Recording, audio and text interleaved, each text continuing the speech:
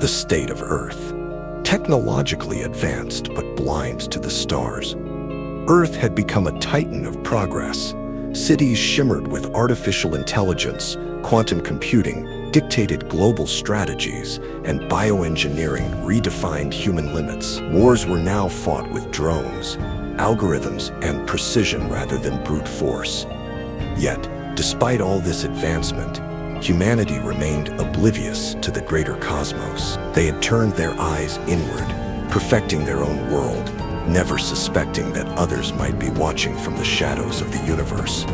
Governments and military forces prepared for conflicts between nations, not with interstellar entities. Humanity believed itself to be alone, secure in its illusions.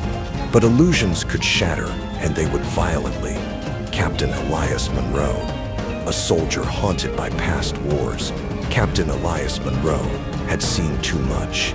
Too many battlefields turned to dust, too many victories that felt like losses. A decorated officer, he had led men into conflicts where the lines between right and wrong blurred into a sickening shade of gray. Monroe in his quarters, staring at old war footage. Monroe, internal monologue. Peace, that's what we always fight for, isn't it? But the cost never changes.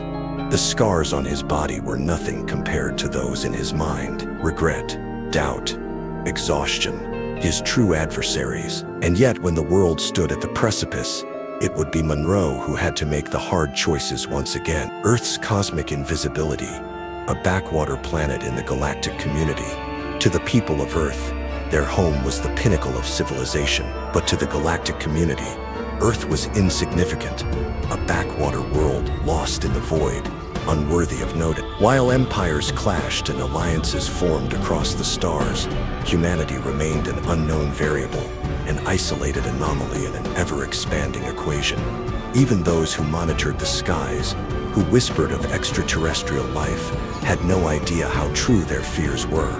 No diplomatic first contact, no warning. When the universe came knocking, it was not with an open hand, it was with a blade. The Zurivath, alien executioners, arrived with an ultimatum. They descended from the void, silent, unannounced, unstoppable. Monolithic ships, black as the abyss, positioned themselves over Earth's key cities. A planetary broadcast hijacked every screen, every frequency, and then a voice, cold, mechanical, absolute. Zurivath emissary transmission. Your species has trespassed where it does not belong. The debt for your intrusion is annihilation. You have one rotation to surrender. No negotiations, no mercy. Panic rippled across the world. Scientists scrambled to understand the threat.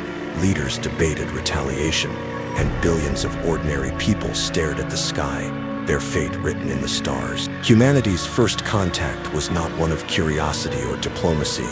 It was an execution order. Humanity's struggle, defenses useless against alien technology. Earth's militaries mobilized, every nation setting aside their differences for a single cause. Survived fleets of fighter jets, missile systems, orbital defenses. Everything was brought to bear. The first strike was decisive. Missiles roared towards the invaders. They never reached their targets. Energy shields flared, turning human ingenuity into nothing more than fireworks in the sky. Aircraft were plucked from the air like insects. Weapons, strategies, tactics, all useless.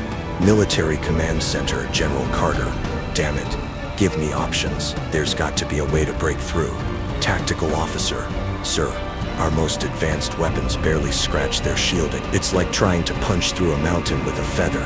Desperation set in. The world's greatest minds worked frantically, seeking an answer. But deep down, one horrifying truth loomed over them all. Humanity had never faced an enemy it couldn't fight. Until now, the Zurivath's ultimatum echoed across Earth's networks. You have 24 hours to surrender or face annihilation. The message repeated in every known language, delivered with the cold precision of an executioner. Satellites and communication grids confirmed the worst. This was no hope. Panic spread like wildfire. Governments held emergency summits. Military forces scrambled into high alert, and civilians flooded the streets in terror. News broadcasts oscillated between desperate reassurances and grim reality. Humanity was staring into the abyss, and the abyss had spoken. Humanity's response: diplomacy meets silence. World leaders, grasping at hope, transmitted messages of peace, offering negotiations, pleading for understanding. Their words fell into silence. The Zuravath did not respond. No acknowledgement, no counteroffer. Only the countdown remained, an unyielding declaration of doom. The realization set in. There would be no negotiation. Humanity had to act or perish. Military forces mobilized, testing every possible countermeasure. But conventional weapons proved useless. Energy shields absorbed missile strikes without impact. Orbital defenses detected no exploitable weaknesses. Humanity's best efforts met with cosmic indifference. A mysterious force awakens, a signal from below. Then something unexpected. Deep beneath the Atlantic Ocean, an anomaly emerged. A transmission on an unknown frequency, at first dismissed as interference. Analysis revealed intricate patterns within the signal, complex enough to suggest intelligence. The message wasn't Zuravath. It was older, far older. Encrypted layers concealed its meaning, but fragments hinted at an ancient force, a force that had once stood against annihilation, a force buried beneath Earth's crust. Monroe's involvement, a soldier's reluctant role. Captain Elias Monroe, a war-hardened soldier, was thrust into the center of the mystery when Dr. Evelyn Carter, a leading historian, sought him out. "You've seen battle," she said. "You understand stakes. What's coming isn't just an invasion. It's history repeating itself, and history left us a message." Monroe, skeptical but intrigued, listened as Carter explained. The transmission correlated with ruins long buried, a site dismissed by archaeologists as the truth, she insisted, lay hidden beneath the earth, waiting to be uncovered. Monroe didn't believe in myths, but he did believe in survival, and right now Earth needed a miracle. The discovery, unearthing the secrets of the Eternals. The expedition led Monroe and Carter deep beneath the surface, through tunnels untouched by time. Ancient symbols lined the walls, glowing faintly as they approached. The air vibrated with something unseen, something powerful. They found a colossal chamber, lined with towering obelisks, machines beyond comprehension, still humming with dormant energy, and at the center, an artifact pulsing with unreadable inscriptions. Carter's voice was barely a whisper. The Eternals, they were here before us, and the Zuravath feared them. Monroe reached out, his fingers hovering over the artifact's surface. Then let's find out why. The Zuravath did not invade with brute force, they executed. From orbit their ships rained destruction with merciless precision. New York, London, Beijing, reduced to ash in seconds. Their weapons did not scorch the earth. They erased it. Skyscrapers folded like paper. Entire districts vanished, as pinpoint beams of pure energy carved through cities. Panic spread faster than the destruction itself. Humanity's mightiest militaries scrambled. Missile defense systems engaged. Fighter squadrons scrambled, but it was futile. Every countermeasure failed. The Zuravath operated on another plane of existence, calculating, methodical, untouchable. Broadcasts went silent. Governments fractured. Billions watched in horror as the world's strongest nations fell within hours. This was not war. This was extermination. The last of Earth's militaries consolidated their forces. If survival was not an option, vengeance would be. The United Global Defense launched a desperate assault. Ballistic missiles, railguns, experimental energy weapons. Nothing penetrated the Zuravath's impenetrable shielding. Squadrons of human fighters were swatted from the sky like insects. The last hope of humanity's military might was incinerated before they could land a single significant blow. On the ground, pockets of resistance fought with whatever they had: tanks, artillery, even handheld firearms against machines of cold, calculated slaughter. The last message from the front lines came from a battered radio operator. They don't kill us, they erase us. And then silent. Beneath the chaos, Monroe and Dr. Carter raced against time. In a forgotten ruin beneath the earth, where no human had stepped in millennia, they followed the signal. A strange, rhythmic pulse buried in layers of rock. The chamber, lined with monolithic symbols, pulsed with a faint, eerie glow. "This shouldn't exist," Carter whispered. "This predates us." Monroe stood before a monolithic structure, its surface smooth, unnaturally cold. He pressed his palm against the center. The ground rumbled, symbols ignited in searing white light. Something woke up. Darkness pooled at the chamber's center. A presence, neither entirely physical nor ethereal, began to manifest. A voice, deep as the void, yet whispering like the dying breath of a collapsing star, echoed through the chamber. "I have slept too long." Monroe took a step back, his instincts screaming. Dr. Carter trembled. "Thanatos," she whispered, voice laced with awe and terror. The name carried weight. It was neither legend nor myth. It was reality, an entity bound to Earth since before humanity walked upright, a being that even the stars feared. Thanatos, ancient, immeasurable, and awake. The Zuravath descended in mechanical precision, targeting Monroe's location. Their cold, emotionless forms loomed over the ruins. Their directive was clear: eradicate the anomaly. Then the sky darkened. Thanatos rose, a shape neither solid nor liquid, a force that consumed light itself. The air grew thick with the weight of something vast and ancient. The Zuravath opened fire. Nothing reached Thanatos. Then, without warning, the Zuravath began to dissolve. Not burned, not shattered, unmade. Their forms crumbled into void as if their very existence had been revoked. Thanatos did not move, did not lash out. It merely willed them to cease. As the last executioner fell, Thanatos turned its attention skyward. A whisper filled the air. Judgment. In their massive warships above Earth, the Zuravath command observed the battlefield. For the first time in their history, they hesitated. This was not an anomaly. This was not a miscalculation. This was something beyond their comprehension. The Eternals, the legends they had dismissed, the ancient horrors they had thought long gone, were real. And humanity, the insignificant race they had sought to erase. They were no longer prey. They were a threat. The stars above Earth darken, and from the depths of space, a new threat emerges. Zalavarek, a name that sends chills through the heart of the galaxy, steps onto the battlefield. His towering form is clad in dark, imposing armor, his eyes burning with the fire of countless battles fought and won, a warlord like no other.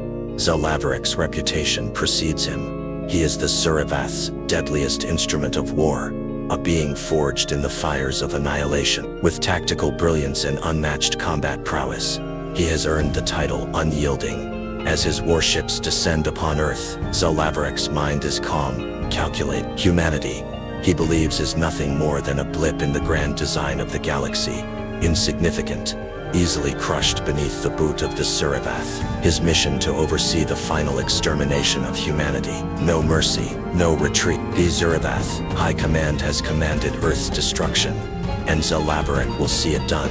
The warlord's presence is a harbinger of doom. His arrival signals the beginning of a war unlike any the galaxy has ever known. Earth, a fragile and imperfect world, stands as the last hope against the ruthless Zuravath Empire, and Zalavarek, the Unyielding, is determined to ensure that hope is crushed. The skies over Earth dark. Hundreds, thousands of Zuravath warships fill the heavens, their massive forms blocking out the sun. They unleash a relentless barrage of firepower, bombarding Earth's defenses with deadly precision. Cities are reduced to ashes in seconds. The ground trembles as shockwaves ripple through the atmosphere. Humanity's greatest military forces mobilize, but they are no match for the Zuravath war machines. Earth's defenders fight valiantly, but each counterattack is met with overwhelming force. In mere hours, major cities lie in ruin. The hope of victory fades. The terror is palpable. The world's governments scramble, desperate for a solution that seems impossible to reach. Humanity's fate lies in the hands of a few, but with each passing moment, the warships draw closer, and the resistance weakens. The full might of the Zuravath is on display. No mercy, no quarter given. As Earth's cities burn, a dark realization dawns. The planet and its inhabitants are facing extinction. The last line of defense falters. Humanity's resolve threatened. The storm has come, and it shows no signs of stopping. Amid the chaos, Captain Elias Monroe stands at the heart of humanity's final stand. Wounded and exhausted, he fights with everything he has left, but it isn't enough. As the Zuravath forces close in, Monroe is approached by Evelyn Carter, a brilliant but eccentric historian who believes she has found the key to Earth's salvation. Thanatos, an ancient force lying dormant beneath the planet's surface. The pair race to the hidden underground ruins, the only remaining hope for humanity. Monroe, skeptical but desperate, activates an ancient chamber, triggering a surge of energy. The chamber pulses and then silence. The ground rumbles, and suddenly, a presence stirs. Thanatos awakens. Monroe feels it first. A cold surge of ancient knowledge floods his mind. The power of the Eternals, a race long forgotten, now courses through his veins. The energy that once shaped the cosmos has been merged with his own. He is no longer just a soldier. He is something more, something ancient. Monroe has become a weapon capable of challenging the might of the Suravath. In the midst of Earth's final battle, Thanatos manifests, a being of death, towering above the battlefield, a shadow that stretches across the land. His form is ethereal, his presence enough to freeze the hearts of those who witness it. He is death itself, a specter of destruction, wielding a scythe made of pure energy. His every movement an act of obliteration.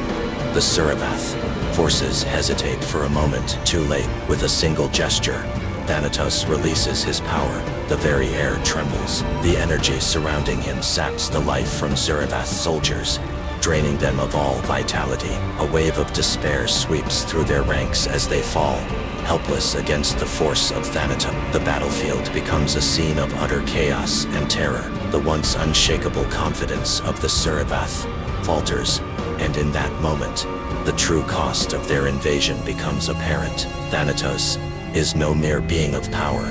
He is a force that bends the laws of life and death to his will. The Suravath are not invincible after all. Zalavarik, having witnessed the wrath of Thanatos, steps onto the battlefield. The Suravath warlord is a force unto himself. No ordinary soldier, but a warrior who has fought and conquered across galaxies. He stands unflinching in the face of Thanatos, his weapons bristling with anti-eternal technology.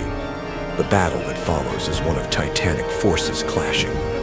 Zalavarik's strength is unmatched, his cunning a thing of legend. The ground beneath them cracks as they trade blows, the power of Thanatos meeting the ferocity of Zalavarik's assault. Every strike, every move is a testament to their raw power. Monroe, now one with Thanatos, channels the power coursing through him, but Zalavarik's mastery of combat proves a difficult challenge. The battle is fierce, each side pushing to the brink of annihilation. The stakes have never been higher. Earth's future hangs in the balance, and only one can emerge victorious. In the heat of battle, Monroe's mind flashes to the essence of humanity's survival, ingenuity. He remembers how Earth has always overcome the impossible through creativity, resourcefulness, and a refusal to give up. In that instant, he realizes that the greatest weapon against Zalavarik isn't brute force, it's human innovation. Monroe uses Thanatos' power to outsmart Zalavarik, executing a move so unexpected that the warlord is caught off guard. With a final calculated strike, Monroe forces Zalavarik to kneel before him. The unyielding has been defeated, not by strength alone, but by the brilliant adaptability that has defined humanity since the dawn of time. Earth's last line of defense has held humanity has won. Against all odds, the Suravath threat has been vanquished. The world breathes a sigh of relief. But the victory comes at a cost. As Zalavarik lies defeated, his final words ring out soft, but filled with significance. We were wrong. Earth was never primitive, it was forbidden. These words echo across the battlefield, stirring confusion and dread. Earth's true nature, its origins, and why the Suravath sought to eradicate them remain an unsolved mystery. But one thing is clear. Earth is not the insignificant world the Suravath believed it to be. The galaxy's perception of Earth has shifted forever, and humanity's place in the greater galactic order will never be the same. The truth about Earth's past and what lies ahead remains a tantalizing question. But for now, humanity has won. Against an unstoppable force, humanity proved once again that they are a force to be reckoned with. The Suravath fleet, a force that has conquered countless worlds, now faces an unexpected turn of event. Across the cold void of space, their warships retreat, their once unshakable confidence crumbling in the face of an unimaginable truth. Earth, a world they considered primitive and insignificant, has become the greatest threat to their empire. The revelation shakes the foundation of their power. A planet of insignificant humans has summoned the unimaginable. The force of Thanatos, an ancient cosmic power, has been unleashed. The once feared Suravath, whose armies had swept through star systems with ease, now tremble at the thought of facing a force they cannot comprehend or defeat. The ships, massive and awe-inspiring, turn tail and withdraw, leaving behind the wreckage of their invasion attempt. The command decks are filled with silence, broken only by the murmur of stunned officers. They had underestimated Earth, and now the galaxy would remember that mistake. A military empire built on fear and domination falters at the gates of Earth. The retreat signifies more than just a loss of a battle. It marks the beginning of the end of the Suravath's centuries-old reign. Their invincibility, once a matter of pride, is now in question. Earth has proven itself a force to be reckoned with. Captain Elias Munro stands before the chaos that had once been Earth's final defense. His hands, stained with the weight of battle, now feel different, more powerful. The transformation is undeniable. What was once a man, burdened by past trauma and loss, is now something greater, something eternal. Munro's connection to Thanatos, the ancient force that once shaped the universe, has reshaped him physically, spiritually, and morally. His humanity, the very essence that made him relatable, now feels distant. In its place is a being forged from the power of the eternal. His mind now contains the knowledge of ages, the whispers of the cosmos themselves. With every breath, he feels the energy of Thanatos surge through him, a reminder of his new purpose. No longer just a soldier, Munro is now a guardian, an entity bound to protect Earth at all costs. His transformation is both a blessing and a curse. The weight of his newfound power presses on him, but with it comes clarity. He is no longer haunted by the past. He is the present. He is Thanatos incarnate, and Earth is his chart. A force of nature in human form, Munro's power is boundless, but his connection to humanity, the very thing that makes him a protector, begins to fade with every passing moment. What was once dismissed as a backwater planet, unworthy of attention, has now become a symbol of power, fear, and mystery. Earth, gloriously flawed, but resilient beyond measure, has become the subject of galactic whisper. The knowledge that humanity, with all its flaws and imperfections, has called forth Thanatos from the depths of the cosmos, sends shockwaves through the galaxy. To the galaxy, Earth is no longer a primitive world. It is a beacon of strength and a world steeped in ancient secret. No longer underestimated, the planet has earned its place among the stars, not as a subordinate, but as a force in its own right. Earth's ability to call upon the ancient power of Thanatos serves as a warning to anyone who dares challenge. Once a mere dot in the vast expanse of space, Earth now stands as an enigma. Its history is rewritten, its significance undeniable. The galaxy looks upon it with a mixture of awe and fear. The quiet, seemingly insignificant world has revealed a power that could reshape the fate of entire civilizations. In every corner of the cosmos, whispers begin. Do not anger Earth. In the dark silence of space, a transmission is sent, a final warning. The last surviving Suravath officer, his voice heavy with fear and respect, speaks into the void. Do not approach Earth. Do not provoke the humans. Death itself answers their call.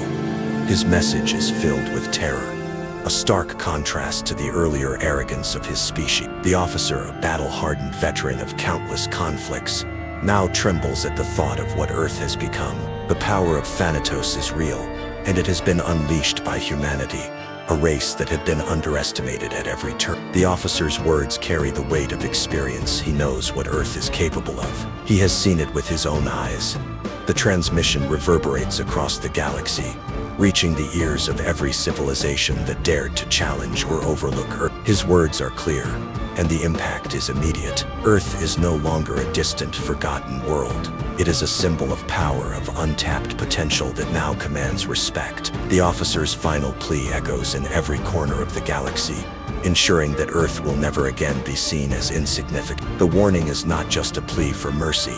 It is a testament to humanity's strength and a signal to the universe. Earth is a force to be reckoned with, and it will not be ignored again. The sun sets over a ruined cityscape, its once thriving streets now silent, empty, and stained by the remnants of war. The faint breeze carries the smell of burning ruins, mixing with the acrid scent of ozone that lingers in the air. Captain Elias Monroe stands alone, surveying the destruction. His eyes, once full of uncertainty, now glow with a cold fire. His transformation into the embodiment of Thanatos complete. The whispers of the Eternal's ancient voices from the void echo in his mind, urging him to embrace his newfound power, to expand his reach, to conquer the galaxy that once thought Earth weak. He clenches his fists, feeling the hum of power coursing through him, threatening to consume him. The battlefield before him, a sight of death and despair, mirrors the war raging within him. He is no longer the soldier he once was, haunted by past mistakes. Now he is something far greater, a being of immense power, tied to an ancient force beyond comprehension. But with that power comes a question that gnaws at him. Is he humanity's protector, or will he become its destroyer?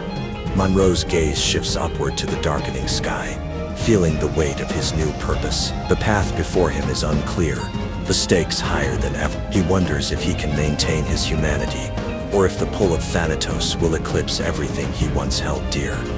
Dr. Evelyn Carter approaches Monroe, her footsteps soft against the cracked pavement. Her voice trembles with a mix of concern and cautious hope. Elias, you can still turn back. You don't have to embrace this power. It's not too late to hold on to who you were before. Monroe doesn't answer immediately. The quiet of the battlefield feels suffocating, the stillness broken only by Carter's word. The internal battle inside him rages.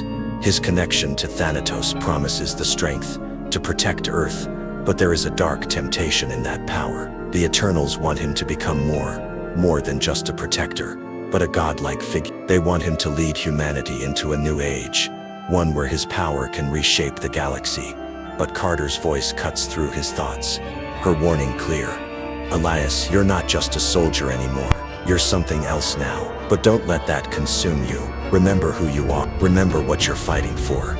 Monroe's heart aches as he gazes at the woman who has been his guide, his anchor. He knows she's right. The power surging through him is overwhelming. But at what cost? The pull of Thanatos tempts him toward darkness, and the weight of the choices ahead presses heavily on his shoulders. Can he control it, or will it control him?